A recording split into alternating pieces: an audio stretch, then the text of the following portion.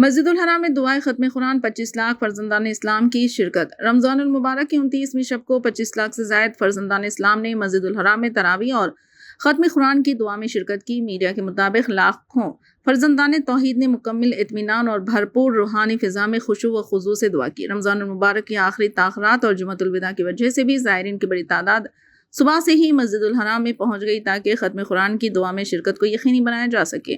مسجد الحرام میں انتظامیہ کی جانب سے زائرین کی بڑی تعداد کے پیش نظر مثالی انتظامات کیے گئے تھے۔ سیکیورٹی اہلکاروں کے ساتھ رضاکار اور شہری دفاع کی یونٹس بھی زائرین کی آمد و رفت کو منظم رکھنے میں پیش رہی۔ مسجد الحرام کے اندر سعودی عرب کی تیسری توسیع کے علاوہ دوسری اور تیسری منزل اور چھت کے علاوہ بیرونی صحن اور راستے بھی دعائے ختم قرآن کے وقت فرزندان اسلام سے بھرے ہوئے تھے، تاہم مثالی سیکیورٹی انتظامات کی وجہ سے راہداریاں آمد و رفت کے لیے کھلی تھیں۔ مسجد الحرام کے اندر اور بیرونی صحنوں میں صفائی کے بھی خصوصی انتظامات کیے گئے، جس کے لیے اضافی کارکنات کو تعینات کیا گیا تھا، جبکہ معمر اور معذور افراد کے لیے مسجد الحرام میں داخل ہونے کے مخصوص راستوں پر اہلکاروں کو تعینات کیا گیا تھا، جس کی وجہ سے معمر افراد کو کسی قسم کی دشواری کا سامنا نہیں کرنا پڑے۔